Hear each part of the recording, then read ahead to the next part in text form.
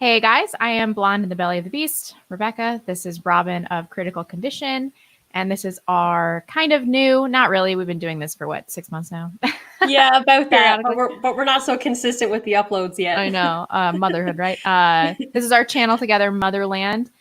Today we're going to be talking about some newborn and postpartum essentials. Because both of us, we had a list that you shared with me on hmm Amazon before I gave birth. And then, so we tried out most of the same items.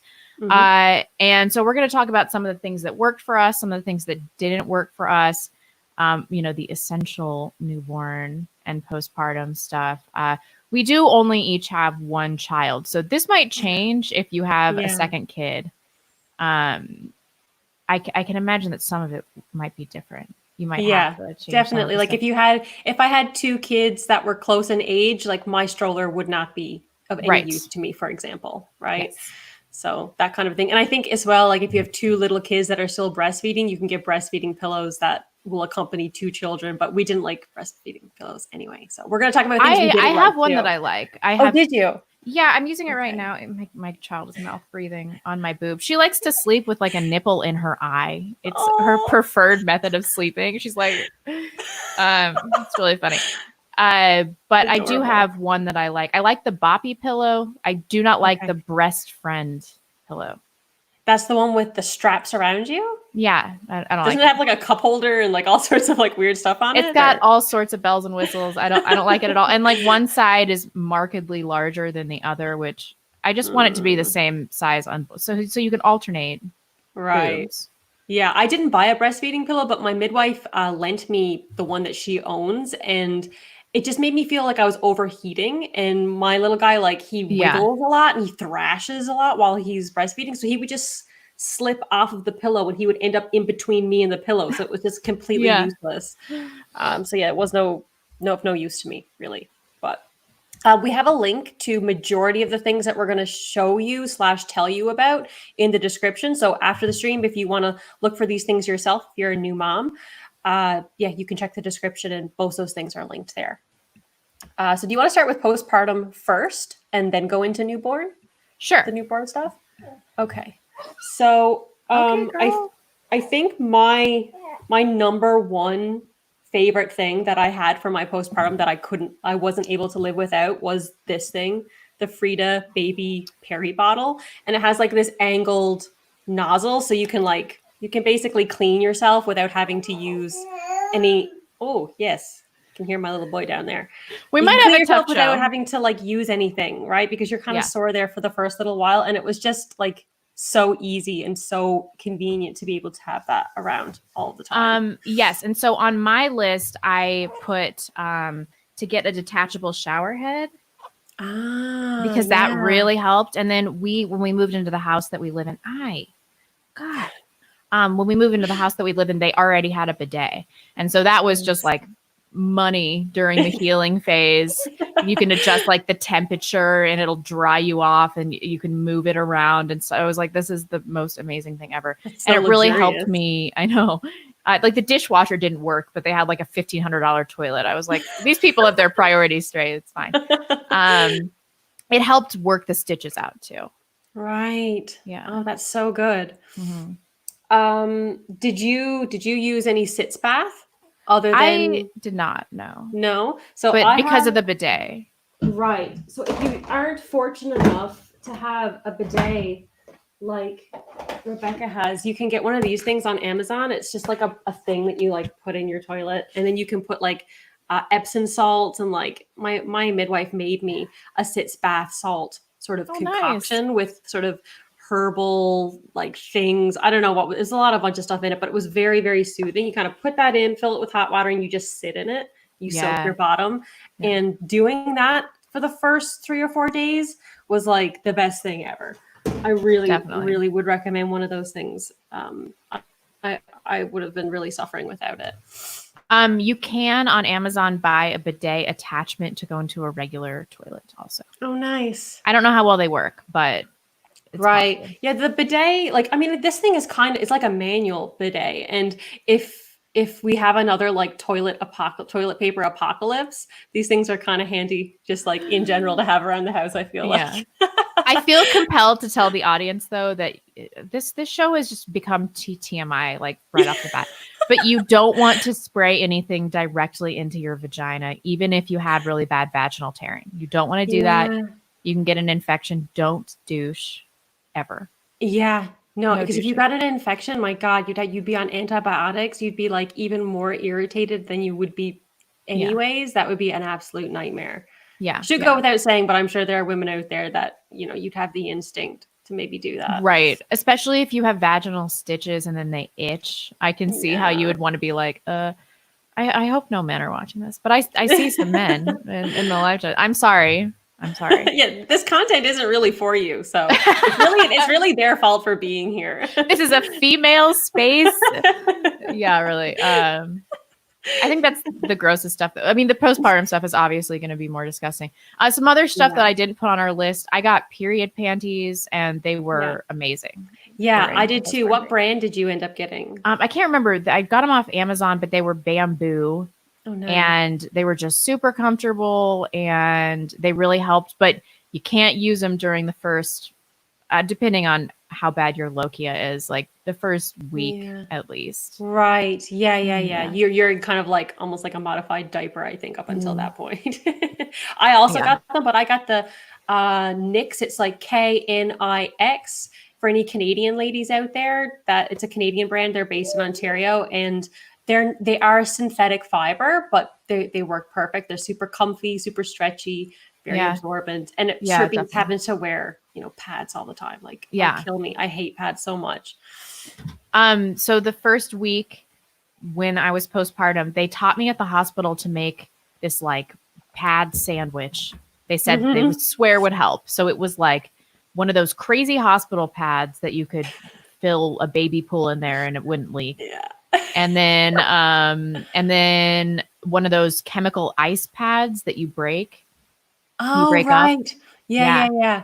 And then on top of that, you put Tux pads, which are witch hazel soaked pads. Nice. And it was just, and then you spray with Dermaplast. So Dermaplast, I swear to God, everybody that has had a vaginal delivery, you have to have it. It is lidocaine and menthol, and you just spray it all up in your business as many times as you need to a day, and it just numbs you up. So It was just a lifesaver. And so I was doing these pad sickle things, and then eventually after the first week, I was just treating my stitches with the Tux pads, which are just witch hazel, and then dermaplasting. And then I used the Dermaplast for like 3 weeks. Wow, amazing! Can you get that like at any like a drugstore? Is it easy to get? Yeah, any drugstore, Amazon, Walmart. It's just, I think it's for like bug bites and things like that. Yeah, but they gave it to me at the hospital. So,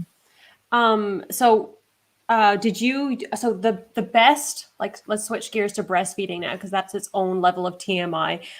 So I used lanolin, this stuff for breastfeeding when you get like sore nipples and stuff. But what's kind of nice about this is that because it's obviously safe to have on your nipples when you're breastfeeding, it's safe for like anything, really. Like my little boy, he gets dry skin, he gets like cradle cap, and he has a little bit of baby eczema along his hairline.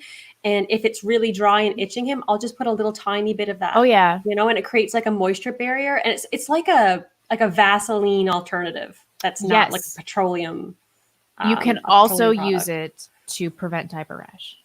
Right, exactly. So it's kind of like a really nice multi-use, cheap, safe baby item that I like. You can see, like, I've pretty much used an entire tube. I've already got a new one on the way. You can get it on Amazon. We didn't link to it, but you can find it at Walmart in the baby section or on Amazon. No problem. I liked it, but I don't use it because I really only need it when I'm pumping because that irritates my nipples way more than feeding the baby. And I only have to pump for my podcast. So I pump twice a week. And when you get lanolin on the breast pump parts, it is impossible to clean off. Right. So I just power through.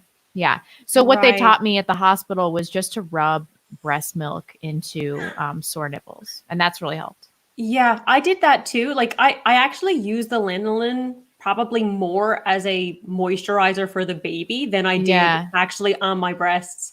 The only time I used it on my breast was when I got a little bit of a clogged duct because I was getting lazy in the way that I was holding him, and his latch was incorrect. And so I got Oh. a weird milk duct thing happening, and I got a really, really sore nipple for like 3 or 4 days, and it was excruciating. It's so weird how like there's like this little cascade of mistakes that ended you up with like a really sore boob.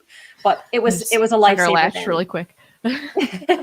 That's perfect that you bring that up because Erica Kostaleski, Kostalecki, I'm sorry, I don't mean to butcher your name, Erica.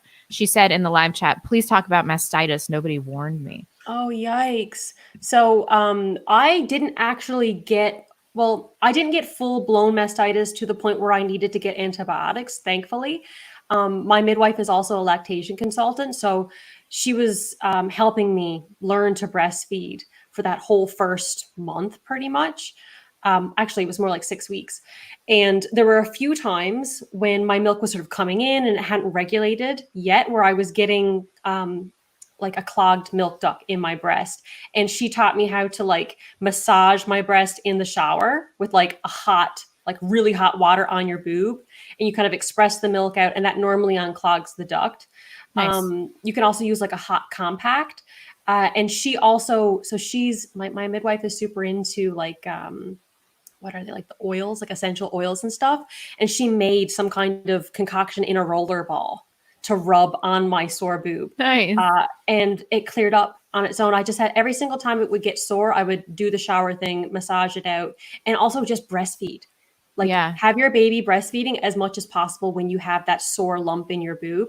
And normally that'll just clear it out before it ever gets to the point of having an infection. Yeah. I mean, it sucks to have. It's my understanding that mastitis has to be treated with antibiotics because it is a full body infection, right? Like you get because I never got a fever, but I did have chills.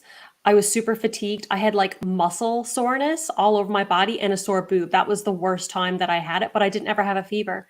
So I wouldn't really call it full on mastitis. It was getting there though. It was close. It was real close there for a while, and it was awful. My sister's friend I think she had mastitis, but maybe she just had like a cyst in her breast. And the baby actually sucked it out. And then she looked and her baby's mouth was filled with blood from oh, gross. Oh, that was I know. Rotten. But they do have like amazing sucking powers. Like my baby has this teeny tiny mouth. And they told me at the NICU, like her ability to suck is better than your electric pump. It's stronger and it's more centralized. So like if you can get the baby to suck out the clogged duct, that's really what you want. And this kind of happened. I had like a little clogged duct and like a knot in my boob, and I was massaging it, and I felt the baby suck it out. Wow. It was like, oh man, that's crazy. Exactly. It's like low-key vile, but also amazing. Yes, like watching a pimple being popped or something like that. Like satisfying but gross. Gross. See, people that say that we're e-girls don't know that we have a channel where we talk about our disgusting postpartum bodies. This isn't for guys. This is actively making our male audience run for the hills. Yeah, totally. It's like, let me tell you about my just destroyed vagina internet. So everybody, please, simps, throw money at me. Yeah. Oh, that's hilarious. I think I remember you telling me that you used a light a lot. One of those like things where you whack them when you're breastfeeding, and that thing is really a lifesaver too at night. What is it called? I forgot to put it on the list. Egg light. Yeah. So and there's like this or something. Yes. Okay. It's called. We'll have to remember to drop it in the description. But if you just Google, let's see. It's called the Vava Home Kids with Color Changing Mode. It's like a dimming light. So I don't have the color change one, but it's just this. It's a warm light shaped like an egg. You just charge it, and you just tap it, and it gives the perfect amount of light that I can still co-sleep with my husband, but I can see the baby all night. Yes. And then you just press it once, and it'll light up for changing, and then you press it twice, and it turns off. And it's just been amazing for co-sleeping because it's not pissing off my husband, and like I want to see the baby breathing all night. Same. I'm exactly the same. I need to have like a dim light so that I can just make sure that everything's okay. Yeah. It's funny, my husband, he needs like pitch darkness in order to sleep. So now he has to wear one of those like eye masks in order to sleep because I need dim lighting. Yeah. I would recommend the one that getting the one that Rebecca has. They do have ones that are cheaper. Like I got this one, which it's like a cat, and it's the same. Like you can like whack it and it turns on and stuff. Yeah. But it's like the fact that you have to whack it makes it less, I don't know, useful. Like I remember like there was a few times in the night where I was like smacking the light trying to get it to come on and to stay on properly. I mean, it's cute. You can get them for cheaper, but I would just splash out and get the one that you got. Yeah. I think it's more reliable. And Personally. it dims too. So you just have to gently put 2 fingers on it and it'll slowly dim. I'm like, this is luxurious as shit. And it doesn't hurt the baby's eyes. So you can put it inside a bedside bassinet with them if that's where they sleep. Oh, amazing. I didn't realize that. Very cool. It's really good. What else we have? Did you use anything for like milk leakage? Did you? No? It hasn't really been a problem for me for some reason. Lucky.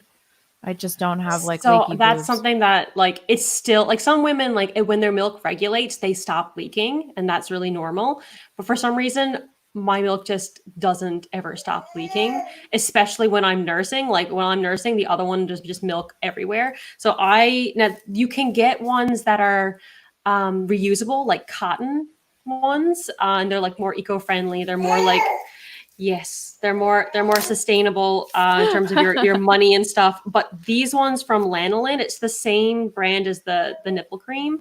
They just have like 2 sticky things on the back, and they're way more comfortable. And the reason why I went with these is because with the cotton ones, you still feel wet. Yeah. Right. There's no like barrier between your skin and the moisture. Whereas this, I don't know what it is, but I can leak for like hours in one of these things and I don't actually feel wet, which is awesome. So I wouldn't have survived because I would be doing like laundry twice a day without these things. Right. I'm still wearing them right now. They're the best. Something that people don't know when they start breastfeeding, at least I didn't know this, is that when you're breastfeeding on one side, it stimulates the milk production in the other breast. Yeah. So I can feel the milk coming in on the other side. And so somebody got this for me at my, it was off registry at my baby shower. I was like, what the hell is this? And it has been so great. But you like, it suctions to your opposing boob and collects that milk while you're breastfeeding. That's the Haka, that one? Is that what it is? So that was one thing that I had on my list of things that I never used. It's good if you're collecting your breast milk, like if you have a reason to collect your breast milk. But I did it a few times. It is the Haka. Yeah. Oh, I like it. Really, a lot of people swear by it. But for me, because I've never bottle fed my baby, it's like, so now I just have breast milk in my fridge that I feel guilty about eventually throwing away. Just make a face mask out of it. There's a lady on Instagram who makes jewelry out of breast milk. That's weird. I'm like, put it on your face, but don't make jewelry out of it. That's so weird. I'm inconsistent. But it really does cure all sorts of things. Like she had an eye infection that it really helped putting breast milk in the eye. And like, yeah, same with my little guy. He had an eye infection right at the beginning, and breast milk was all that helped. But even when I'm like, and I put breast milk on his dry skin sometimes too, on his face. But when I do that, I just express it directly out of my breast into a spoon. And then I just like put it on him, as opposed to keeping a collection of it in the fridge. I could do that. There's no reason why I couldn't, but it's just, I don't know. It's just easier to do it. You don't just squirt it on his face. I do that to my baby. I have done that. I did that when he had the eye infection. Like it would be like every time that he would breastfeed, I would give him some breast milk in his eye and he'd be like trying to find my breast. I would be like squirting him in the face with my milk. I felt so bad. My husband thought it was hilarious. It worked though. It cured him without having to go to the doctor. So it's definitely worth trying if your baby has an eye issue for sure. Do you have a boob that's a better producer than... Yes, it's the one on my right side because myself and my baby have a preference for him being on my right side for whatever reason. I guess it's just easier for me to hold him with my right arm because I'm right-handed. Yeah. So I think he spends more time on my right boob. So therefore it's a better producer. Yeah. He's like, So it totally is. It's my favorite boob. yeah, he loves it. And he started this thing where he just screams for like no discernible reason. That's He just okay. like he's discovered his his voice. So yeah, if that starts to get annoying for anyone, let me know and I'll just stick him on my boob if I have to. Here, have your pacifier. Are Huh? you doing anything about There you this? go. Is the boob bigger too? So it evens out. Like there's always one boob that's a little lopsided because there's always one boob that has more milk in it than the other. Which is like it sucks, but Yeah. it is what it is. But I do think that because this one is the better producer, my right one is always just a tiny bit bigger than the other one. But like Yeah. I feel like I've like 'cause I didn't really have boobs before I got pregnant and started breastfeeding. So even though they're like that happens, I'm okay with it because it's just nice to have boobs for the first time in my life. Really, I hate it. I'm like, what is going on here? Because it's like my boobs are huge, but also they're covered in stretch marks, and one of them is 2 cup sizes bigger than the other one now. Two. Whoa. Okay, so that's a really big difference. It's becoming a huge problem because I have to pump on that side because Yeah. it produces 3 times the amount of milk as the other one. Whoa. And so I don't know what Oh, to do. I mean, wow. I try to feed her on this side, Mm. but she'll just cry because she's not getting as much. And so I'll just have to switch her to the better producer. And it's creating this vicious cycle now. Interesting. I'll ask my Yeah. midwife for you about that and see if she has any tips. I She think might it'll very well help know if something. I co-sleep on the other side because I Right. can't reach her with the top boob when we're sleeping together. Right. Yeah. You So know, my like Magnus does that too, because the letdown is faster. On the right side, like he likes like gulping yeah, down the milk fast and like choking on it and like spitting it up everywhere. For some reason he likes that, so he gets really pissed off when he's on the left side and it's like it's not gushing out the way that he wants it to. oh my gosh, these little pigs. Does he make little pig noises when he eats too? He does, and he Little pig. claws me like I get scratch Yes. marks all over my chest. He Yeah. pinches me. So lately his thing is trying to suck his thumb and my nipple at the same time. So he's like digging his thumb into my nipple, and of course his thumb is the sharpest. His thumbnail is the sharpest and the Yeah. thickest nail. So it's excruciating, and it's creating a terrible latch. There's milk going everywhere, and he's getting frustrated because he can't suck his thumb and the nipple at the same time. It's like, These dude, kids. can you just give me a break? I know, right? Oh, that's something that I didn't put on my list. These little Swiss Army knife fingernail clippers with a magnifying glass on them. Mm, They're the I've best never heard of because that. she just scratches the crap out of me all the Yeah, time. And I try to clip her little nails. It still hurts. So the it's other thing so is nerve-wracking. onesies that cover their hands. Right. So I got a pair of those and it was quite good in the beginning, but he's already grown out of them and I haven't repurchased it because they were like, I'm an idiot. I spent like $17 on a pair of mitts for him. But what was good about it is that they have like a Velcro thing around the wrist. So it Ah, keeps yeah. them on. That's why they cost so much more. Because if you don't get the ones with at least like an elastic or some sort of Velcro around the wrist, they'll just fly off and it defeats the purpose, right? So yeah, they're good, but we don't use them anymore. We haven't used them for a while. Just making little waking up noises. I'm getting kind of worried. Cute. I I think think we we're got okay. another super chat here from KD. Thank you so much for the support. They send $10 and say, tip for anyone pumping. If it hurts you, have the wrong flange. If it hurts, you have the wrong flange size. Standard flange is usually 24 millimeters. I measured at 17 millimeters. My mom has custom flange sizes. May mom, I think it's my mom, has custom flange sizes for all types of pumps. Highly recommend. Oh, okay. Yeah, I did have them measure, but TMI, the sizes of my areolas have vastly changed since I started breastfeeding Mm, like constantly. Like, she it breastfeeds happens. 10 to 12 hours a day now. Whoa, I know. seriously? Oh my goodness. Yeah. Remember we were talking about how so technically she's been out for almost 2 months, but because she came early, like her actual age is lower than that. Like 3 weeks. Yeah. Yeah, so she just probably needs to be on you because Yeah. she came out maybe a little bit before she may have been ready. That's fine. She just needs mama. That's all, Yeah. you Yeah. know. Yeah. She's almost 10 pounds now. Whoa, that's amazing. So that's great because the cloth diapers that I got you, it's for 10 pounds to 35 Oh, pounds. So perfect. she should just fit them now, which is great. And Yeah. speaking of cloth diapers, do you have any more breastfeeding or postpartum things, or do you want to move to newborn stuff now? I think that's it. Oh, you had some really good clothing links that Yes. maybe you should just mention before we move on because they looked awesome. So for co-sleeping, um, when you're a mom, a new mom, some things are going to happen where you nearly kill your baby. Or It's you think it's you do? yeah, I mean, so like I kept falling asleep while breastfeeding because I was exhausted. And so one time I woke up and somehow she had worked my blanket over her head and face. And I woke up and I was like, "What the fuck?" And then my arms were around the blanket. So she's like I woke up and like I immediately burst into tears and like start researching carbon dioxide and rebreathing. I like called my pediatrician in the middle of the night and so like I freaked the fuck out. It's fine. These things happen. If your baby, Hmm. what they keep telling me is like if your baby doesn't die, it's fine. It's okay. As long as they're not dead. They told me like there's no partial SIDS.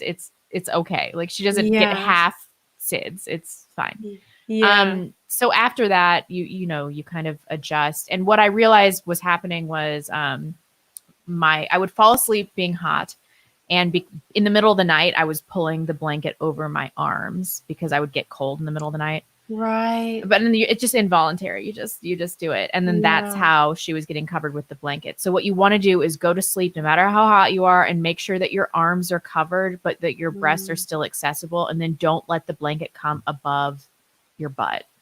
Yeah. And then your baby won't get covered with it. So the two links that I have, or the one link, I just already had this tunic or whatever, and I've just been wearing it to bed. It's amazing. It just covers your sleeves, and then your boobs are just both boobs are fully accessible. It's awesome. You can cover up if you need to. And then I like ones that button down, like what you're wearing right now. Yeah, Yeah. exactly. So I just got this. I find that what is it, Airy from American Eagle, that Yes. line, that separate line, it's less preppy and athletic and more like feminine and soft and that kind of stuff. They have a lot of really good stuff that's like perfect for postpartum, but it's not postpartum clothes. I got a bunch of breastfeeding shirts, and what I hated about them was not only the material, they were synthetic material because it's Yeah. like so expensive. It's like almost $100 to get a natural fiber breastfeeding shirt. It's unbelievable. So I got synthetic fiber ones because they were cheaper, but they had all of these layers, right? So it's like an under layer Yes. where you can get your Yeah. boobs, and there's another layer this way and another layer this way. And I just felt like a big potato. It had all of Yeah. this fabric hanging off me, and I hated it. And it was like too warm because it was Yeah. a synthetic fiber. So ones like this where you can just button down, take your boob out, perfect. And I also got this is like the boyfriend t-shirt from Aerie, and like you can Ooh, see it has nice. like a huge neck. So while I'm wearing it, I can just pull my arm out, pull my boob Oh out, yeah. Yeah. and I'm still fully clothed from all the way down. And then just because when you're in your postpartum phase, you feel like kind of like a whale, your body's different and you want to feel cute. I just got a bunch of these like high waisted, cute, feminine, long maxi skirts. And I think you Yes. got dresses instead, but Yes. same Okay. concept. So I'm wearing it right now. I mean, the problem with streaming is like last night I wore this on my stream and everybody was like, "Bitch is naked." I was like, "No, I just tube dresses. I just wear this black tube dress every day. It's like a uniform. I own 3 of them." And Yeah. then she just barfs on me, and then I just throw it in the laundry and put my other tube dress, my identical tube dress on. And it's amazing. I like sleeping in it, and then I'll just wear like a soft cardigan. Yeah. Um, I did forget something about. I'm looking at my list now. Something about postpartum. Hmm. This is the grossest one. Take Miralax or Oh, some kind of yeah. laxative. Totally. Take it. 100%. I used Coalesce, I think. And honestly, like not having that for the first week was the worst part of recovery. I felt like I was going to die because like your digestive system like kind of shuts down when you have a baby being birthed through you, right? It's like there is Yeah. like low key trauma that happens to your digestive system and your colon and stuff. So it took me like probably 3 weeks for everything to just start working like it normally does again. And Oh without yeah. that, I probably would have murdered my whole family. Oh yeah. Yeah. It was Do horrible. It not was so bad. forget to take a stool softener. You will thank me later. 100%. Because you will rip open your stitches and your recovery will be twice as long if you don't do it.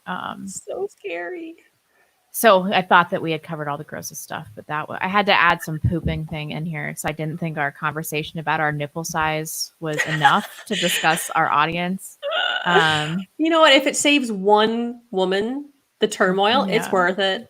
It's Yeah. totally worth it if you ask me. We're saving you guys from terrible anal fissures. This is what this channel is about. It's the cause we care about. Because we care, yeah.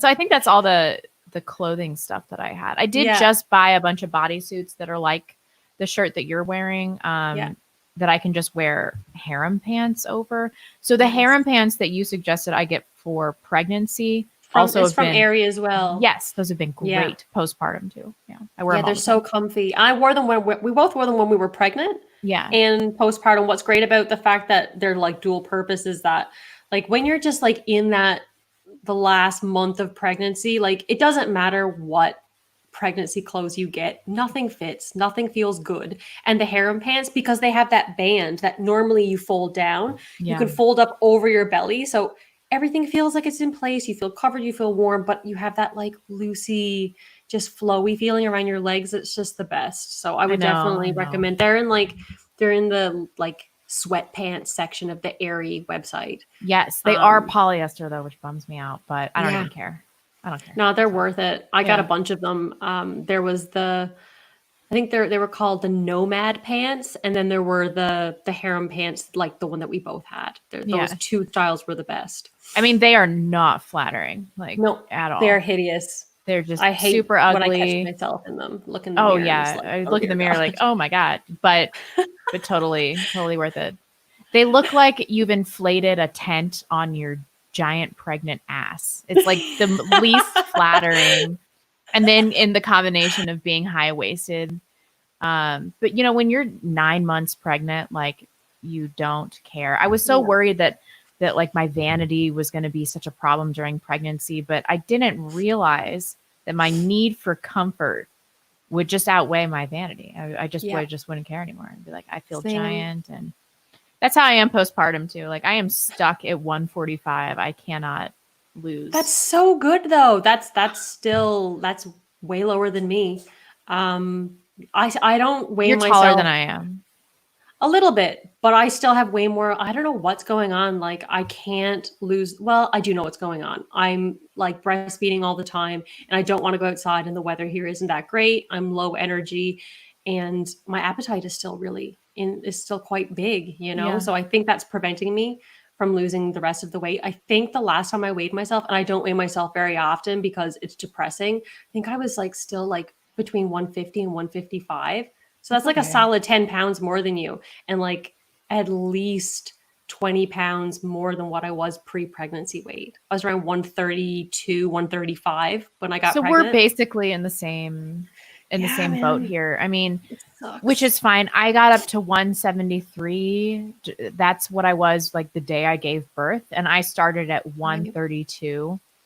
But I'm 5'6", and so I look best when I'm about 125. Same. That's my ideal weight. When I was 125, I just felt like that was my true weight. That was the weight I loved being. Yeah. Then when I had to stop smoking cigarettes, it was like immediately 5 pounds just like appeared on my ass and never left. And no matter what I did, it just never went away. Yeah. My husband thinks I look great though. So that's all that matters at the end of the day. He still thinks I'm pretty and I'm good looking. So if it comes off in another few months, then fine, whatever. That's what my husband's telling me, but I think he's lying. Because it wouldn't be wise for them to be critical of our appearance at this stage. Yeah, I don't think. I just pushed this baby out of me for you. I wake up in the middle of the night and but I'm trying to be gentle with myself. I'm only 7 weeks postpartum, and I'm just trying to get within I am within almost about 10 pounds of the weight that I got pregnant at. Yeah, you're doing excellent, dude. You're doing amazing. But I'm not working out, so you're working out. You're doing better than I am. Yeah, I don't know though. I feel like the kind of working out that I'm doing, it's like I'm not doing the right kind of working out, because before I got pregnant, I was doing weight training, which is muscle building. Yeah. So I'm probably like building muscle under the layer of fat, and like I'm just not going to lose, because like gaining That's muscle and good. losing weight at the same time is really difficult. Yeah, but that's I probably why you're not losing weight, which is Maybe. good. I mean, so who cares that you're not losing weight? Yeah, it's just that thing, maybe feminists have a bit of a point where we get like fixated on the number, and maybe that shouldn't matter so much as it does, but like that's just how I am. I don't want to be the weight that I am, even if I think I look good, even if Yeah, it's mostly muscle. I But hear you. anyway. And then I remember at my wedding being, I was like 128. And I remember Mm. feeling like so fat at my wedding. And now I'm looking back on these pictures and I'm like, oh man, like I would just, the things I would do to be like that again. So, it's gonna take a little while, but people are Yeah. not forgiving online about this. Like somebody in my live chat a week ago was like, I was watching old episodes and Blonde has gained a lot of weight. I was like, it was like a man, like, you motherfucker. Like, I Whoa. just gave birth. Like, lay off, That's so like rude. it's gonna take me a little while to lose these 10 pounds, 15 pounds, maybe 20 if I can really, really If you push can it. really But rally. I think 125 is gone though. I think that I'll never get back there. I would have to probably put myself into like such a severe calorie deficit to be 125 at like Yeah. I'm almost 5'8", so that wouldn't be healthy, and it could even be damaging to my fertility. Yeah. Like back Yeah. when I was that weight, I was smoking cigarettes all the time. I was like an on again, off again vegan. Like I was definitely malnourished, so that wasn't natural. No. So I think once I get down to 130, I'm going to be happy about that. And then you're 2 inches taller than I am. So Yeah. that's 5 pounds an inch. So 140 would be great for you. Yeah. Yeah. Yeah, exactly. Yeah. Those days are gone, being the super skinny girl. I know. It's Oh over. well. I It's in our totally rearview mirror. understand this like frumpy mom thing now. I'm always like, I'm going to be keeping it tight and blah, blah, blah. And like, I'm going to be this cute mom. I'm like, I'm so tired. I'm just going to put this sweater on that I know has barf on it. I know for a Yeah. fact. And then, sleep with my baby and then she'll barf on me more and I'll know and I'll sleep through it too. And then we'll see if I It's throw too the sweater back relatable. on tomorrow. I know it's just the way it is. Well, that was a little bit of a tangent, but will we will we get back into the newborn stuff? I don't think there was any more. Let me just check my list too. I don't think there was any more postpartum stuff. I don't think I have anything either. No, we did everything. Oh no, there was one thing that you said that you didn't use during postpartum, and that was the belly wrap. Oh You yeah. got it, Yeah. but you didn't use it. You said Yeah. compression leggings instead were better for you. Yeah, the belly wrap. So I bought it because I read that Jessica Alba got her figure back by wearing a corset. So I'm like all determined. I bought it before I reached like 9 months of pregnancy when I just didn't care anymore. And then I was like, I'm gonna wear this every day. And so like I put it on. It was a size medium, barely fits, barely. And like I cannot tell you the under boob sweat situation it caused. And I was like, no. I'm not doing this. Like, I'm not doing this. I can't do it. I know some people that bought them and loved them, but no. Yeah, I think And Brave so, the World swears by them. I'm pretty sure she was wearing one in some like pregnancy photos or pre-pregnancy photos where she was like flexing on how like amazing her body was like a month after she gave birth, because she just has like one of those figures that just like bounces back immediately right after pregnancy. bitch. So jealous. But I think No, she me was too. using one of those belly wraps too. It's different Yeah. for different people. I didn't use anything. Maybe Yeah. I should have, Yeah. now that I think about it, but I didn't use anything. But yeah, I just wear my high waist Lululemon leggings that I was wearing before pregnancy that just come up to like above your belly button, and the compression there is enough. I mean, you Perfect. just have to accept that your stomach is just never going to be the way that it used to be. Nope. And it's worth okay. Yeah. It is. It is worth it, you little fart machine. it. So what was your favorite or most essential newborn item, if you can choose one? Because I know there's a lot of them that are pretty essential. Oh, let me see. I think that the thing that I've used the most is this Snuggle Me Organic. Ah, yeah. Yeah, you recommended that to me, and I put it on my registry. And my best friend out here got it for me, which was so nice. It was so That's super amazing generous because of they're her. so expensive. They're I so wanted expensive, yeah. one, and my husband wouldn't let me have it because it was called a Snuggle Me Organic. He's like, "What is this hipster bullshit? They're just calling it that because they want hipsters to buy it." And Which it's is like probably true. $300 or something. It's $150. Oh, okay. So I think it costs so much because they don't sell them in Canada because Canada has different restrictions on these like pillow things for babies. And so it would have had Yes. to come from America. So I was paying like a premium through Amazon. So it just wouldn't have been Ah. worth it for us. It would have been way too expensive. Well, But it's I all wanted one so organic. bad. Oh, it's amazing. It's all organic fibers and everything like that. And it's like I did originally buy this for co-sleeping, but my dad looked at it and he was like, "Do not use that for Yeah, you're not co-sleeping. Are you supposed out to of your use mind?" them. You're not supposed to, but like You can. you And people can, do. and people do. And so I thought Yeah. maybe I'd be less worried about co-sleeping than I ended up being, which is really worried all the time about Right. it. But I still ended up using this a shitload. So it's like a little pillow that is supposed to simulate the womb, and it has a big divot in it, and the baby rests in the divot. So my baby likes to sleep in there with her hands above her head. And like she just can't roll over. So with the co-sleeping thing, I thought I'd be more worried about the potential that they'd roll over early than about the Yeah. suffocation thing. Yeah. But no, the suffocation thing is the real concern. So Yeah. I don't let her sleep in that unless I'm awake and I'm Yeah. next to her. But it's so great for putting on the bed and letting her take a nap while I'm doing something else.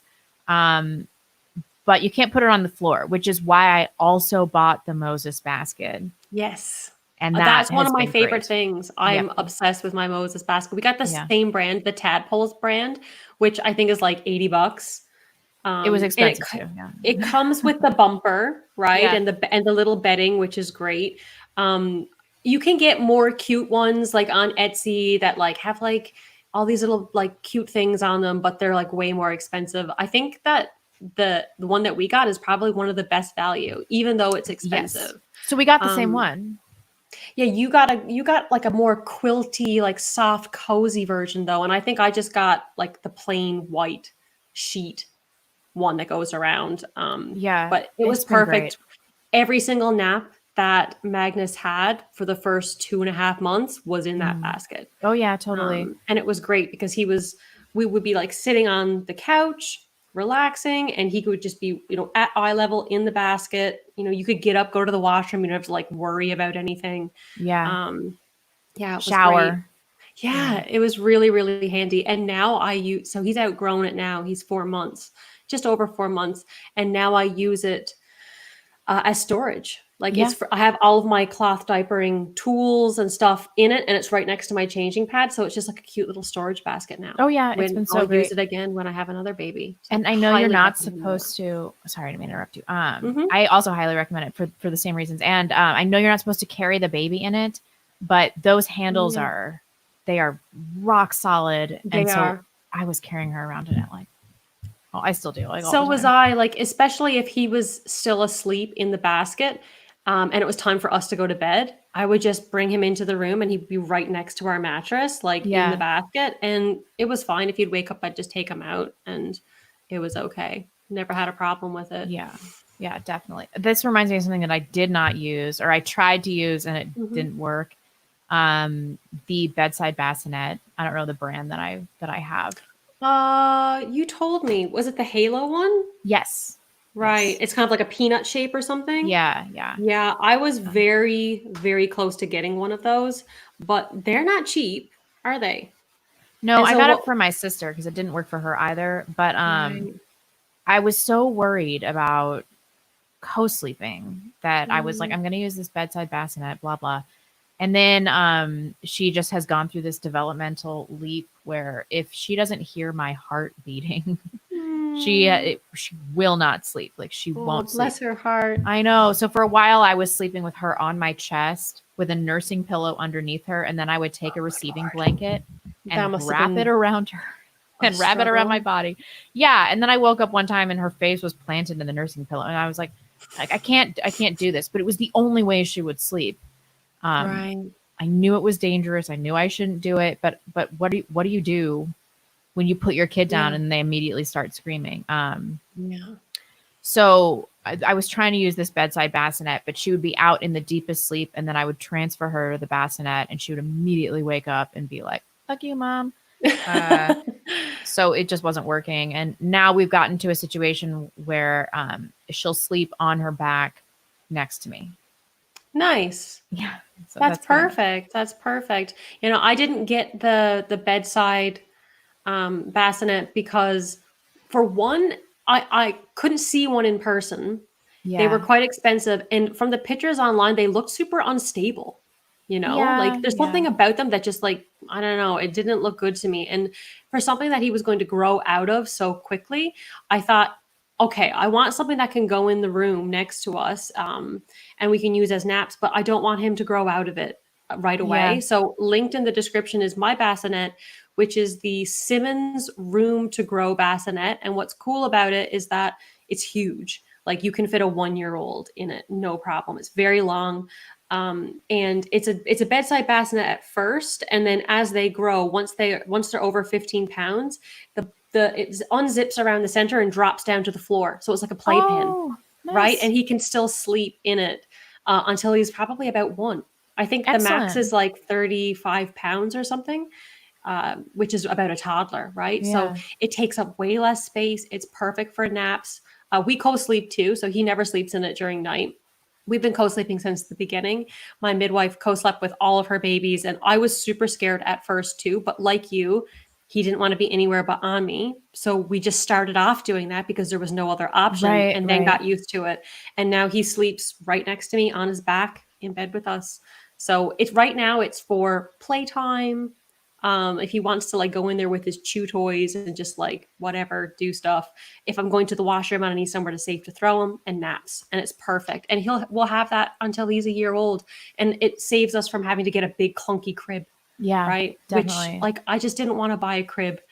I know for some people it's like, the aesthetic of having the beautiful wooden crib, and it's very Instagrammable, and it's great for the nursery and all that kind of stuff. But where we're going to be moving and stuff soon, hopefully, um, just buying a big clunky crib, it just didn't make sense. It wasn't practical for us. So Yeah. that's a nice in between, bedside bassinet plus modified small crib, if Right. you're looking for something like that. That's so great that she gave you Yeah. support about co-sleeping, because Yeah. there's such a culture of judgment around co-sleeping. And like, I get it Right. from my pediatricians. I think I told you this, but at the hospital, in the NICU, they let me room in one night, and they Mm-hmm. told me that they would call CPS if they caught us co-sleeping. I'm That's like, this is so crazy. maniacal. Like, Yeah, yeah. So I just have to lie to my pediatrician about co-sleeping, which I well, do. what my midwife said to me was, because, like, I immediately was like, well, I was told, I read that they have to be on a hard surface, no blanket. You can swaddle them and it's safer. A pacifier reduces SIDS, and, like, all these things. I started telling her that why I was afraid to co-sleep, because she asked me, she's like, why don't you just co-sleep? And I told her, and she was like, all of these, like, rules that you're telling me right now, these are rules that have been placed on bassinet manufacturers so that they can remove themselves of liability if a baby dies in the bassinet. Yeah. They're not rules that are necessarily going to prevent your baby from dying from SIDS if that's in the cards for your baby. And there's nothing unsafe about your baby sleeping next to you. She said, like, it doesn't actually happen. And you said this to me too. It doesn't actually happen that, like, parents harm their children while they're sleeping unless there's, like, drugs and alcohol involved. Like, Yeah. that doesn't really happen. It maybe happen on, like, one off rare chance, but it's not common. So after she told me that, I was like, yeah, I'm a crunchy mom. I've never been the kind of mom who follows all of the rules. Like, I birthed at home and all of that. So people would think that that's dangerous and risky too. So I said, you know what? I'm already this far. Yeah. Just stick them in the bed, and if people want to judge me for it, they can judge me for it. But at least I'm going to get a decent enough night's sleep. Right, right. And a lot of it is, you having the kid next to you is going to prevent anything. If you're not on drugs and, like, okay, so the other night I fell asleep breastfeeding, trying to use my top breast, which is really difficult when you're side by side. So I woke up and my opposing arm was like over the baby's neck like this. Oh no. Oh my God. But I woke up because she was like, what the fuck? Like, get off me, you know? So you're in tune with the baby, and these things are going to happen. You know, you're going to accidentally put your baby in a baby chokehold and stuff sometimes.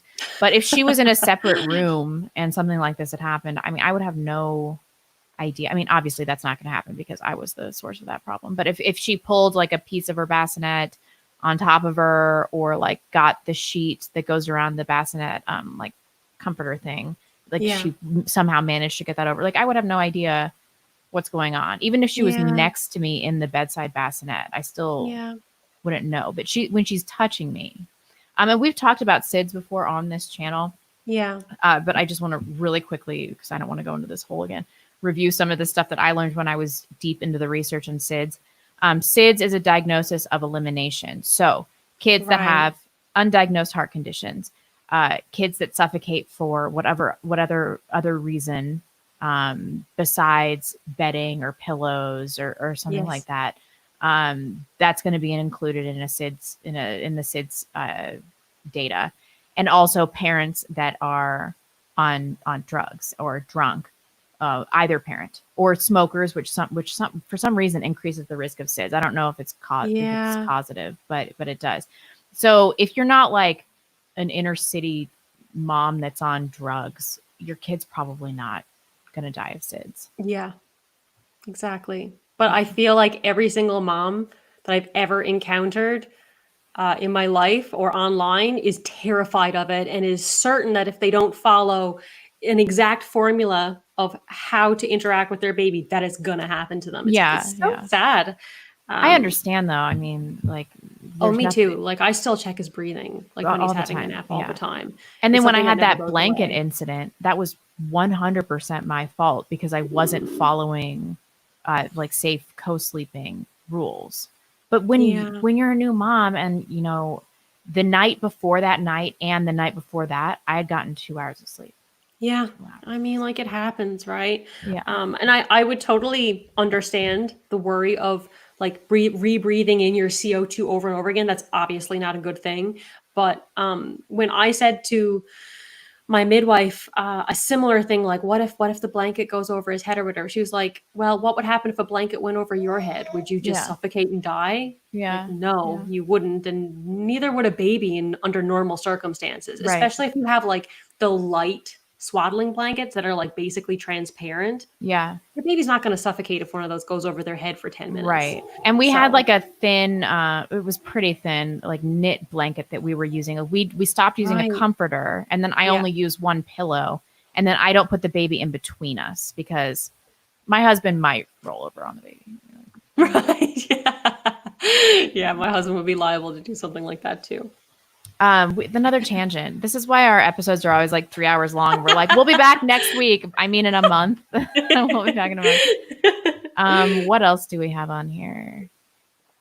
So I have cloth diapers. Cloth diapers is probably my number one thing that I love. And I started using cloth diapers 4 weeks in, so technically still a newborn.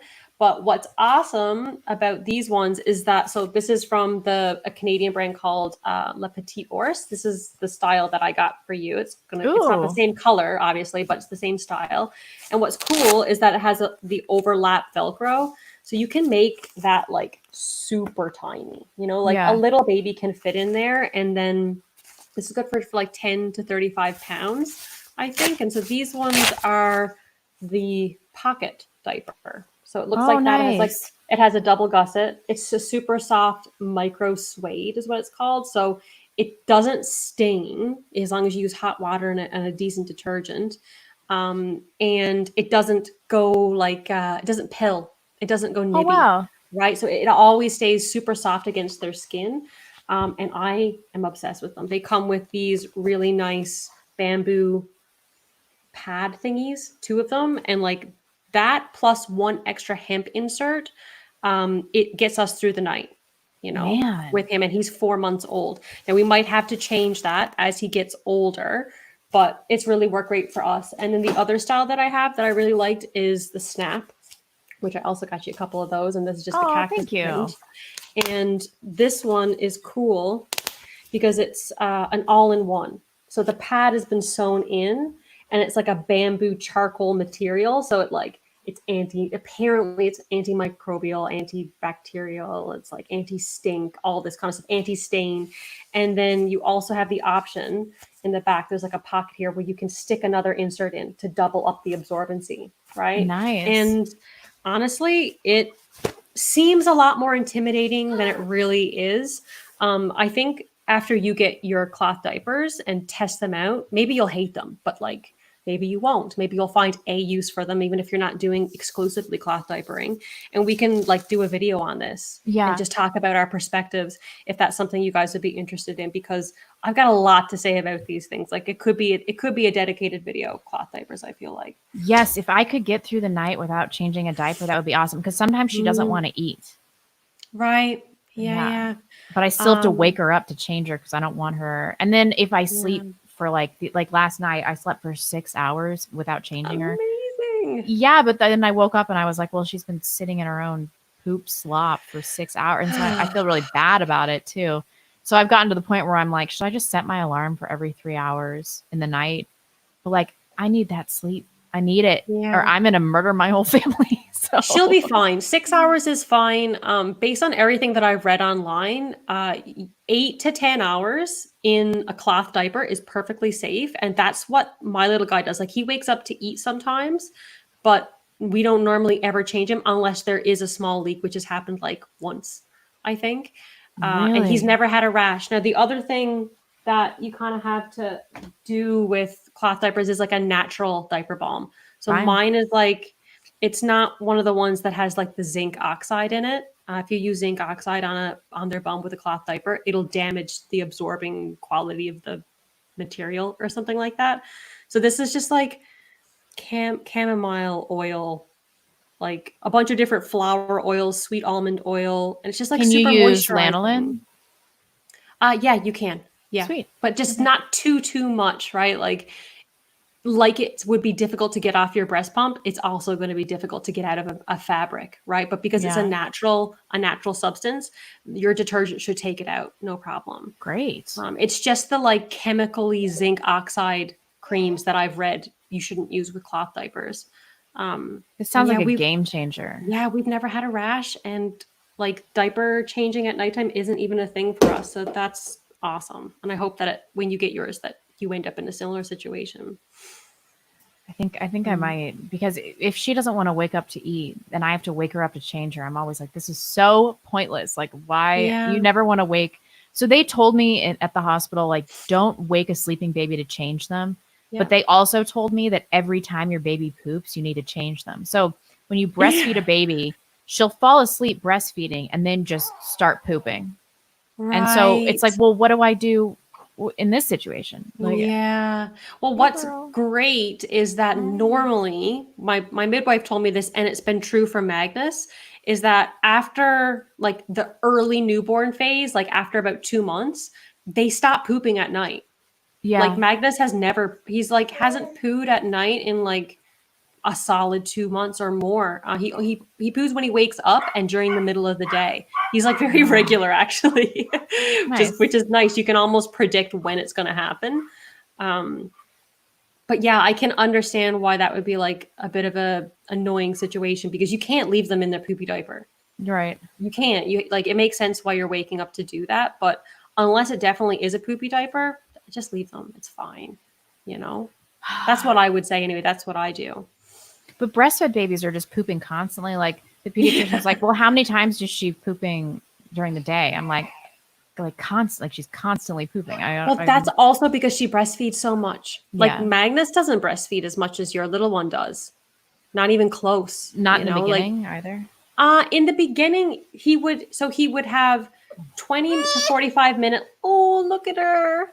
Look, she's so cute in her little onesie and her mitts. Oh, that's so adorable.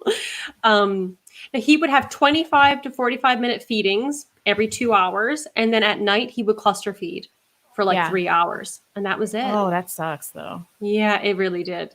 We would just watch 10 episodes of The Office so that I didn't I want to kill myself. I know. I've gone through so many bad shows. It's been crazy. So yeah, hopefully that'll sort you out. That's my diaper situation. Aside from diapering, I think my next most used item is this thing. It's the Halo Sleep Sack. Oh, it's great. Yeah, this thing. Yeah. It's like a, you know, a triangle sort of shape. So their legs can kick and move around and stuff. But I swaddle his arms down. And that helps because where he has that dry skin, he'll wake himself up itching, which sucks. Oh, really? Right? Yeah, Aw, it's a poor little sin. I feel guy. so bad for him. So I kind of have to pin his arms down and then he sleeps no problem. Sleeps through the night pretty much. I do until like the morning. sleeveless one too, though. Oh yeah, this one has the option of like his arm coming out, and then you can just wrap these flaps around his belly. So his arms don't have to be Right. swaddled down, or you could just swaddle one arm if you want to. It's kind of nice that it's customizable like that, and it's 100% cotton. I think it was like $30 on Amazon. Definitely like one I wouldn't have been able to survive without this thing because he just wakes himself up flailing his arms and scratching and stuff if I don't pin him down, which makes me feel bad. But when I see him sleeping soundly, I know it's for the best. It's what I have to do. Yeah. Yeah, I used to think swaddling was like torturous, but then I started doing it and I was like, oh, they actually like this. Yeah, absolutely. And then the other swaddles that I got, which were great for the newborn phase, because I didn't start using the Halo Sleep Sack until he was bigger. When he was a baby, I used like this kind, like just a cotton swaddle, and this one's super soft and nice. And I have the links to these exact swaddles are down in the description, as well as this quilt, which is my last blanket item. I just love these blankets. They're so lovely. It's from a Canadian brand in BC, and it's like 100% cotton. It's like a muslin. Oh, how cute. And it's like gnomes and foxes and mushrooms and bunnies. And then on the other side, it's this beautiful like leaf pattern. It's so nice for having in his bassinet that he can lay down on. And it's nice for pictures. And I'm hoping that like, as he gets older, this will be like his favorite blankie. You know, like I had a favorite blankie when I was little. And so I wanted to get him, they're pricey, but I didn't care. I just wanted to get him a nice expensive blankie, and hopefully he'll love it as much as I do. It was really a gift for me, if I'm being honest. That thing. Yeah, I understand. What else do we have on here? Oh, this made me hate myself, but I do love the diaper genie. Right. Yeah. So before I considered cloth diapering, I was going to get one of those things. They're highly reviewed online. Like everyone swears by them. Nothing ever smells like poop, although breastfed babies poop doesn't really smell at all. Yeah, that's going to change eventually. Yeah, my husband's convinced that I'm going to have our baby potty trained by the time he's 1. I keep dreaming, dude. How is that going to happen? Right. I mean, how is that even possible? He probably won't even be walking. Yeah, I don't know. Apparently, there are like methods where you can teach them to signal to you that they need to go to the washroom, so you can then run to the washroom with them and put them on the toilet. But like, I don't know, how realistic is that? I don't know. We'll see. So unrealistic. And my husband read this article that was like, in 1920, children were potty trained by 8 months, and like this number has steadily increased over the decades. And he was just like, they could do it in 1920, we can do it now. Like, I don't know. This is kind of nope, that's I don't crazy. think I can do it. Although I do like that Magnus is older than Emmeline, because you have to try all this stuff out before me. Yeah. And then I act like I know what's up, but really I'm just using all of your information to apply it to my own life. It's very helpful. Well, it's funny because there are friends that I have that are further along than me, and I do the same thing. It's like this chain of moms that are slightly behind one another, like taking their lead. Yeah. Oh yeah. You okay? He's like, yeah, you guys are plagiarizing mom information. Right? I think I've got a few things on here that we haven't talked about. Both of us got that baby gym. I use it all the time. Oh yeah, the wooden gym. That thing is amazing. And to sort of add on to the gym thing, so the gym that I got is exactly the same as the one that is linked under your essentials in the description, but he got kind of bored of the things dangling off of it. pretty soon. And I didn't want to get things like this, but the reality is he just likes it. And this is actually for your stroller. So like you like Velcro it around the thing and it dangles over the stroller or in the crib or whatever. And it has like, it like makes noises and like it has crinkly sounds. He actually loves it. And what's great is I can just like Velcro it onto the gym. And there's loads of different toys that are like this that are they're for strollers. But if you have one of these wooden gyms, you can get them for like less than $20 and you can kind of switch up the things that are dangling over your baby to keep it like kind of interesting for them. And yeah, I hate that my baby loves this because it's so ugly. Like it's plastic, it's brightly, I don't like the neon colors, but like that's what babies like. So and the noises, it's always the most annoying noise. Yeah, but like, so I'm not going to press it again because a song will start playing, but there are 5 songs that this owl can play. And me and my husband know every single note to every single one of the songs. It's like, it's been drilled into our brains now because we've listened to it hundreds of times. I'm sure. Yeah. Another thing, this is totally essential and I resisted buying it, but when I bought it, I was like, a mattress cover for underneath your sheets if you co-sleep, especially because every night there is pee or poop or vomit every night. Yeah, man. And you don't want that getting into your mattress. No, indeed. The baby Bjorn, that was something that we both enjoyed and liked. It's a bit of a splash out purchase. It's not cheap, but like my baby's literally in it right now and he's just loving life. I'm bouncing him with my foot. I would definitely recommend great. it. Because they just want to watch you do stuff sometimes. Yeah, exactly. And the thing with the swing is that the swing like knocks him out, right? Yeah. And sometimes he wants to be sitting up, but he doesn't want to go to sleep. Yeah. And so that thing is great. We also take that thing like if we're going over to someone's house because it collapses down. Yes. You can throw it in the car, bring it with you somewhere. If we're out on the patio because it's a sunny day, we can bring it out in the patio. It's like a really awesome chair. And apparently so it has like a harness on the front to keep the infant in, but if you take it off and then put it on backwards, it's like a chair for a toddler. Yeah. Right. So it grows with them, which is great because I was really not into buying things that my baby was going to grow out of in a couple of months.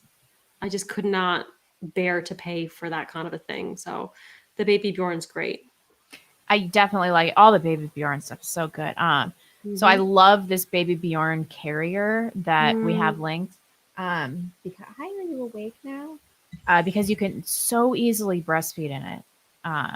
And it's just great. And I just that's amazing. I just breastfeed everywhere I go. Like the other day we went and we got pizza and I just breastfed in the carrier the whole time. I have both hands free.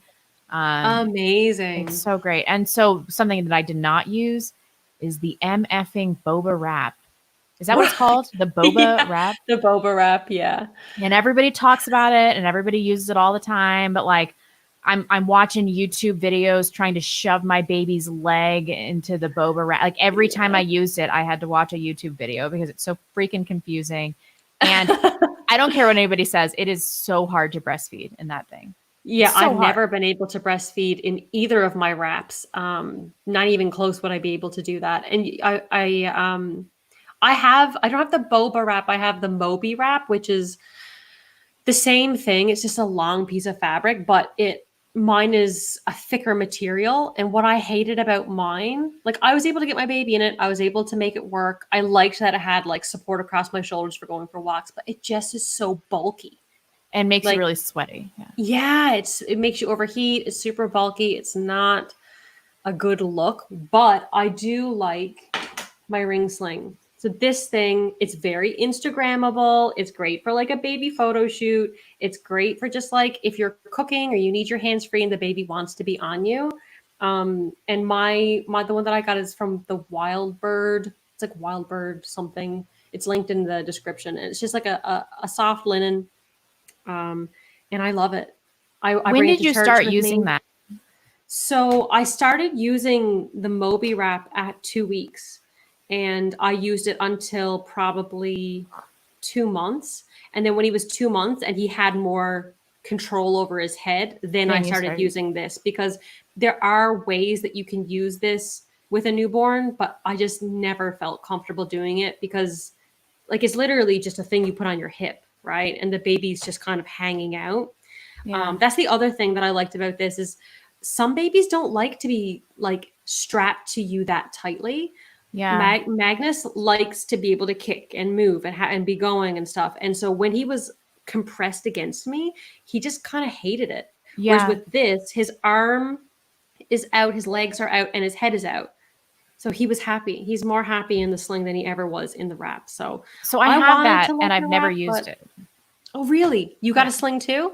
Yeah, and I haven't used it, but it's because I read that you shouldn't use it for infants, and so I was kind of Yeah. going to wait until she had a little bit more head She's control. still super tiny. Mhm. I would definitely wait, but I think once she has a bit more head mobility, you'll end up really, really liking it. And Okay. it's just I feel cute in it, you know, when I'm wearing my baby in the sling, like carriers. I have an Ergo baby carrier that I got secondhand, and I have the wrap, and I just always felt like a football player, Yeah. you know, when I'm wearing them. Whereas with the sling, Yeah. I felt feminine, I felt cute, and he liked it. So I just much prefer the sling. Feeling Personally. cute. I wonder what that I've forgotten what that feels like. What else do I have on here? Let's see. Did I already say onesies that zip and cover Yeah, fingers? Yeah. totally. Those things. I mean, he's in it. He's in one right now. And these ones are the ones from that I have from Gap Baby. They're like organic, and you don't have to hook the zip together. Like Oh, nice. it just zips by itself. It's always done up. Yeah. It starts from the foot, and they're just super soft and really easy. We love these ones. I think I Definitely. linked it down below. I have because I got gifted a lot of stuff, but I have so much stuff that has like a million snaps. I know. And Same. I feel really bad because I have a lot of really cute clothes that she's already grown out of and I'm never going to see her in. But Yeah. when you're a new mom, you're going to find 3 onesies that do the job and you're just going to rotate those onesies. I know. So I have I'm all the these like, same. dresses and I bought a bunch of leggings for some reason. That was a mistake. So yeah, Leggings for her. Yeah, because you're getting it on and off so often. Like where it's been kind of warm here, like my baby's just normally in a bandana and his diaper. yeah, You know, like it's not cold in the house. In the wintertime, we'll have to wear more, but we yeah. have a lot of stuff that we haven't used yet. And my mom is constantly like, put him in this and take pictures. Like she literally bought him a denim jacket and like skinny jeans and stuff. I need to like do a photo shoot because the reality is like, am I really going to be putting him in a denim jacket to be going out somewhere? I don't know. It's cute though. We'll see.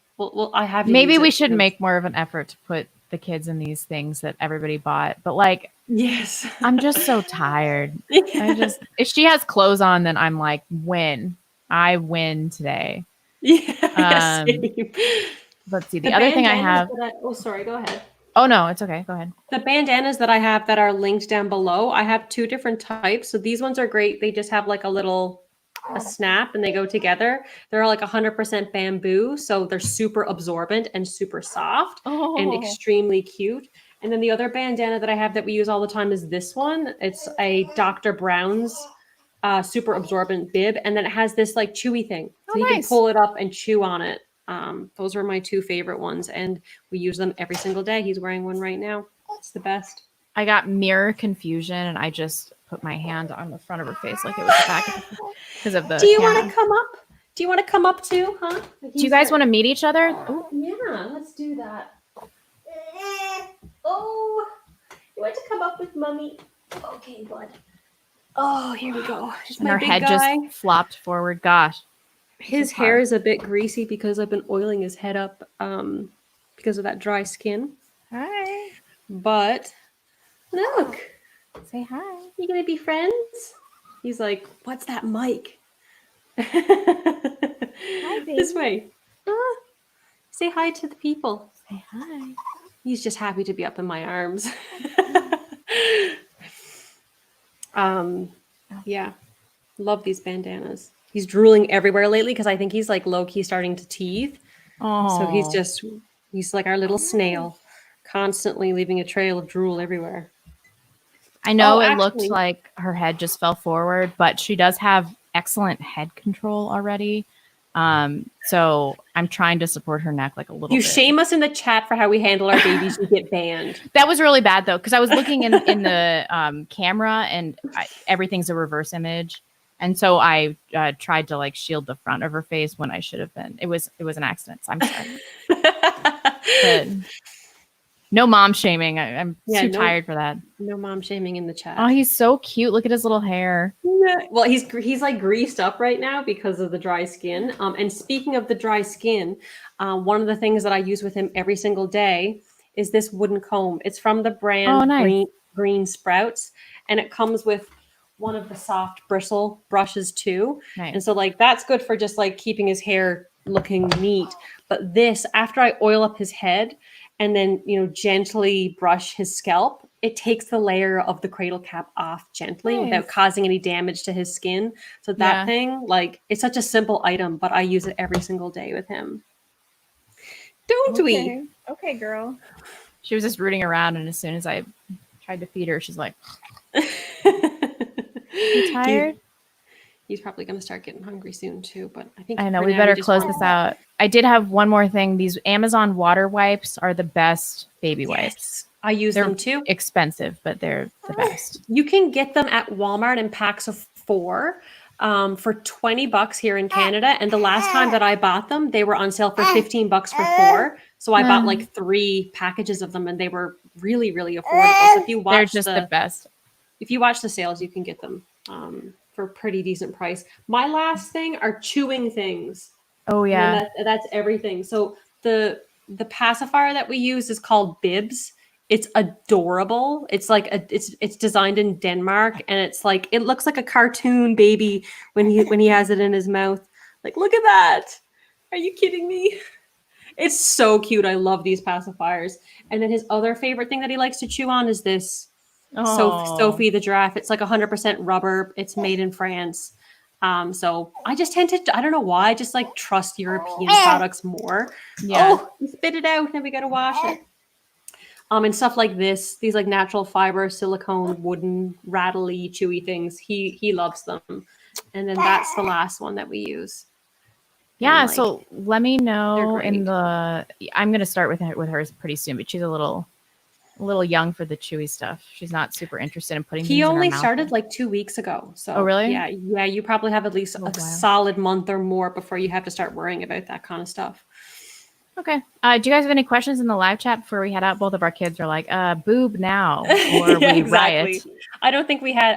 I didn't see any super chats or anything. So unfortunately, if there were questions in the regular chat, we may have missed them. It's best if you're in the regular chat and you want to ask a question, just at Motherland so that it gets highlighted out of this big wall of text. But I don't see anything. People are saying their babies are cute. That's really nice. Thank you. Thanks, guys. We need more babies. Yes, we do.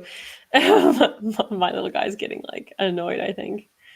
Yeah. Okay. I think that's a good place to call it quits for today. Yeah. It was a lot of information to unload onto the audience. Hopefully it's helpful to someone. Oh, actually, one more thing before I forget. It's a really simple item, but okay, so this is a flour sack towel. It's you can get them at Walmart in packs of 6 for like $5, and you can use them for everything. I use them for like if you have a boy, you'll know that as soon as you take his diaper off, he likes to like spray pee everywhere. So as soon as his diaper comes off, that goes over his willy and it just traps all the pee. Oh, you use smart. a burp cloth. You can use it underneath them if they're on the floor. They're just like a cheap, all-purpose, 100% cotton square, right? And you can buy things that are like this for an insane markup at maternity shops, but just get the Walmart version. The flour sack towels do the exact same thing. Yeah, I don't know why they wouldn't. Yeah. Okay, guys.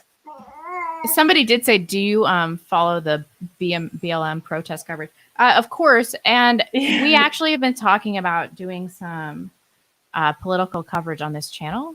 Yeah. So if that's something you guys are interested in, let us know. Some things are different through a mom's perspective because we have to raise our kids in this crazy world. So, so let us know if that's something you guys are into. We're going to try to broaden the horizon on this channel, I think. Yeah, I think it would be a great idea because, like, on the stream that I did yesterday on my own channel, it was very mom focused. Like, I was talking about the riot moms in Portland, right? Yeah. Like, I think there are news stories that we can cover from the mom's perspective and like kind of criticizing women in general that would still be relevant to the channel and Yeah. people who are family oriented, but just sort of like make it more accessible to people who either maybe are finished having babies but they're still moms maybe who are watching, and husbands and that kind of stuff. Yeah, totally. Okay. Well, thank you so much for joining us, you guys. We really appreciate it. Yeah, it was really fun. We can't guarantee that we're going to be back consistently next week, but we'll try. We'll do our best. We will be back eventually. Yeah, I promise. However long that takes. Yep. Okay, guys. See you soon, and thanks for watching. Bye guys.